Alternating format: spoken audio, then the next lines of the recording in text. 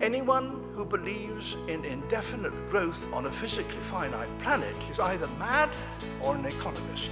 We don't want to focus politics on a notion that involves the rejection of principles around which a large majority of our fellow citizens organize their lives. We are not as endlessly manipulable and as predictable as you would think.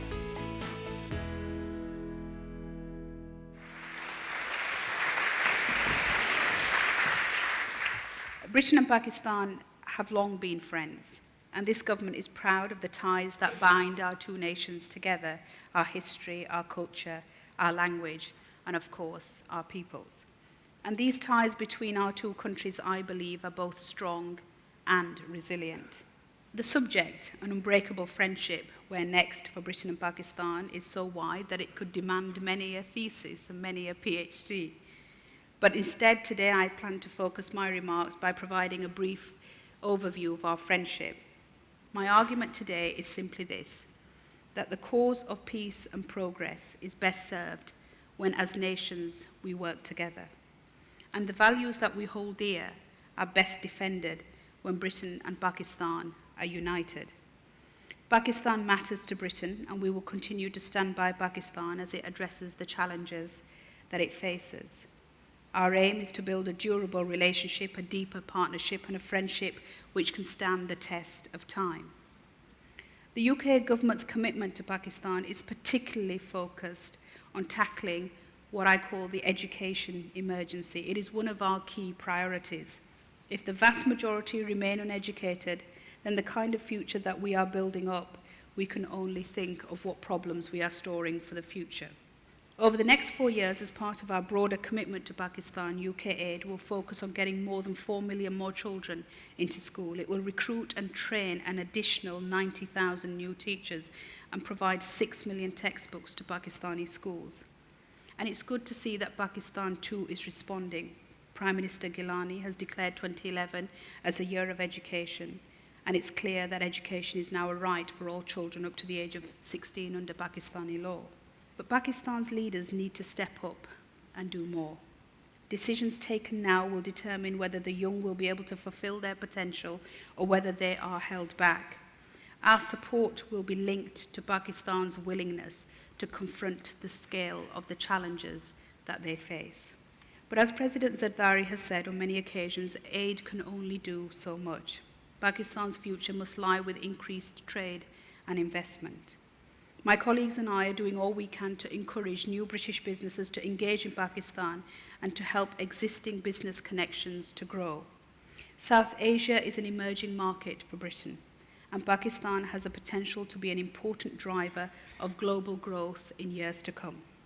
We are already Pakistan's third largest overseas investor, with over £1 billion worth of trade flowing between our countries each year. And the amount we aim to increase in goods and services we have set at £2.5 billion by 2015.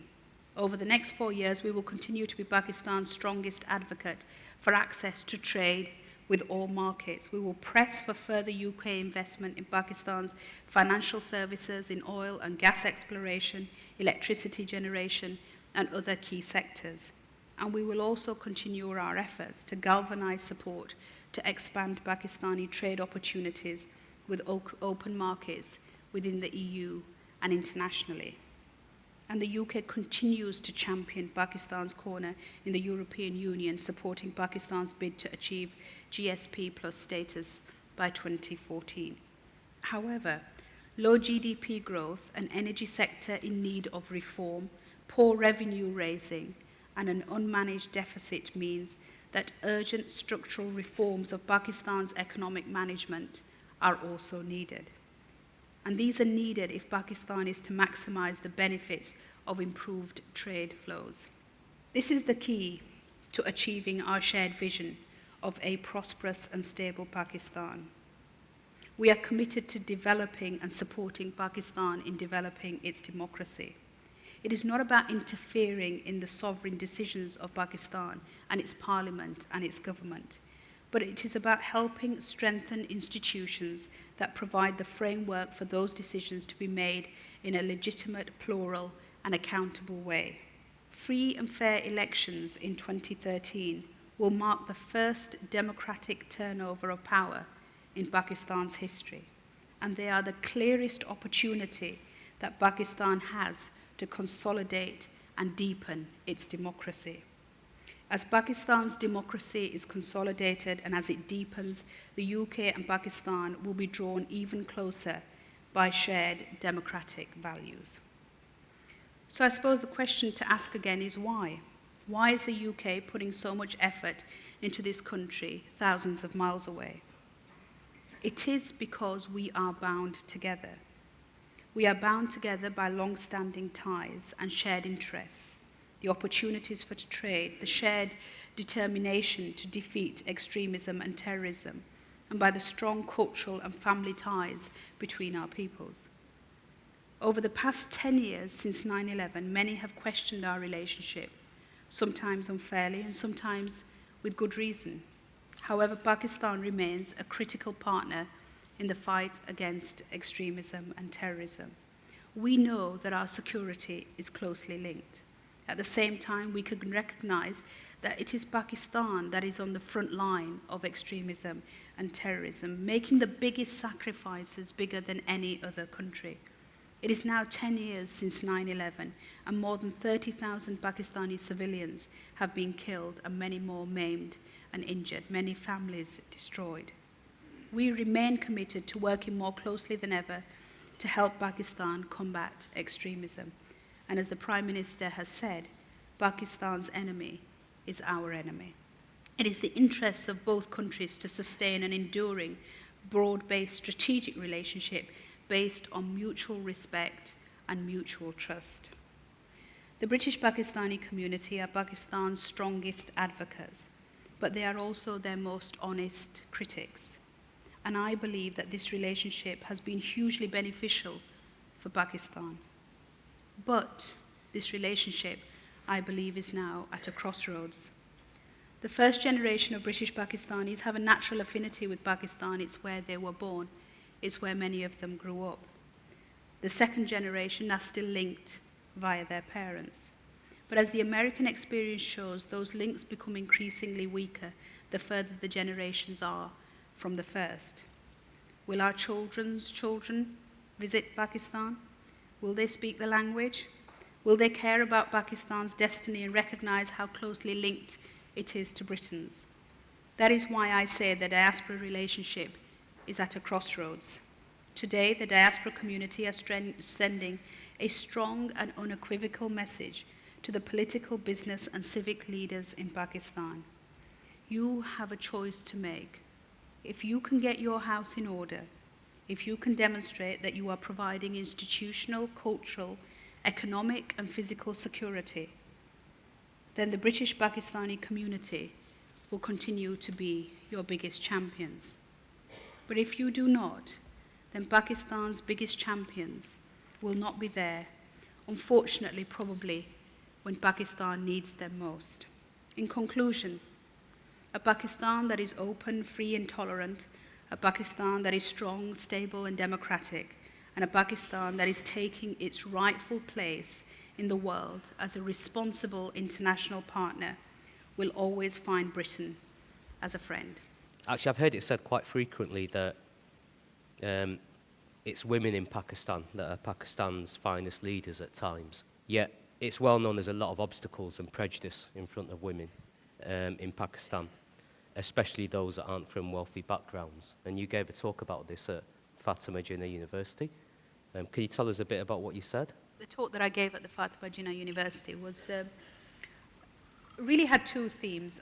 I think sometimes the reputation of Pakistan can be determined, like you said, by a small group of people who are usually the loudest, most vociferous, and therefore can seem to drown out the debate. In Britain and across Europe, we become inclined to move towards what are quite lazy stereotypes about what women of South Asian descent or women who still live in Pakistan do. And there's been a phenomenal amount of progress, both in relation to politics, business, sports. So I think it was important for me in that speech to first of all try and push away some of those lazy stereotypes and talk about real examples of where women had made huge progress. None of us are naive enough to accept that that is the vision for the whole of Pakistan.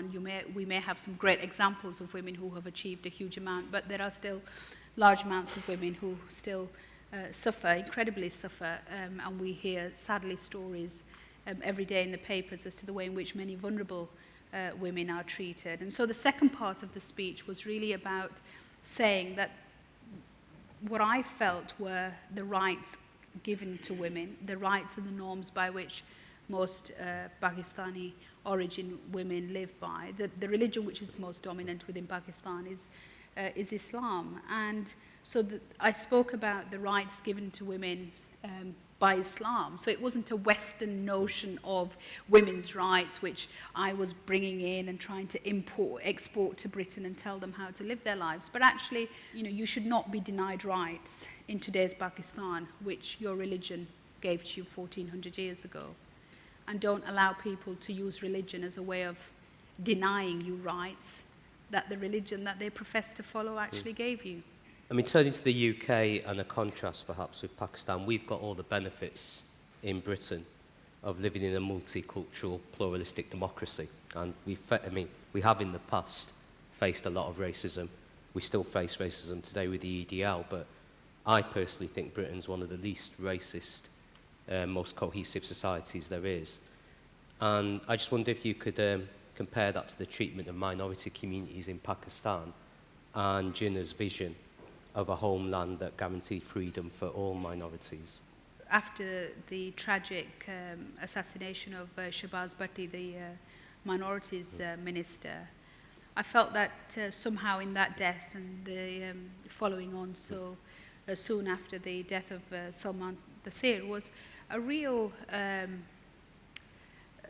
losing of what I felt was the soul of what Pakistan was all about. The nation of nations which the founder of Pakistan spoke about was somehow being lost in the way in which there was this conflict. But I also feel that in Pakistan the bigger challenge is not the way in which it treats its minorities. The bigger challenge is the making sure that the rule of law is preserved, because you could actually be a vulnerable woman of any faith and be discriminated against and be subjected to abuse. You could be a poor person of any faith, and if the kind of rule of law and the justice system was firmly established, then I think that the tragic circumstances that we see in relation to minority communities would also be dealt with. I don't think you can draw a comparison with Britain. I think sometimes people like to draw that comparison. I think, it's quite a lazy comparison to draw. Britain is years ahead in terms of the way it welcomes its minority communities.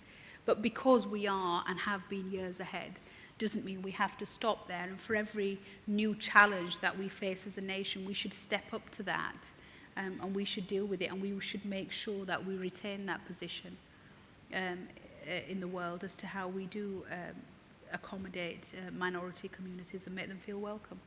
I mean, just on the issue of minority communities here, there's been a lot of discussion recently about segregated schooling, particularly in the North and the Midlands, and leading to segregated communities. And what was your school like, and does segregated schooling concern you? I think bad schools concern me more than segregated schools. I think a good education is a way out for everybody. Every child deserves to have a good education. It would be great for that to be in an environment where the school has lots of people from different backgrounds. But I also think that we need to create opportunities for people who are, if you live in an area where predominantly it is a single ethnic or single religious community, then the way that schools work and catchment works, invariably you will end up in school with people who are of a similar background, both religiously or racially. But I think the government needs to help create the opportunities where you can meet people from different backgrounds. Okay, it's a question from my mother. Right. Can you make chicken masala? Yeah. No, what she said, I'll translate, and it relates to Pakistan more than Britain, I think, which is, Why can't politicians stop squabbling and work together to save the nation? And would you recommend coalition government to Pakistan? I would recommend that where the national interest requires it, where the electorate deliver it, as they did here in 2010, then you must put your party political issues aside and work for what's right in the nation's interest. The concept of having a loyal opposition, I think, is really important as well. You know, at times of national crises, when we have situations when we go to war or other national issues, other national crisis issues, you know, we do have an opposition in this country, but we have a long, long history of a very grown-up, mature democracy in this country, and we still make mistakes. And I think we have to, of course, have those discussions with Pakistani politicians from a political perspective, but also acknowledge, like I said, that this is the first time we're actually passing, hopefully, we get to 2013, and this will be the first time that we pass democratic power from a democratically elected government to another democratically elected government.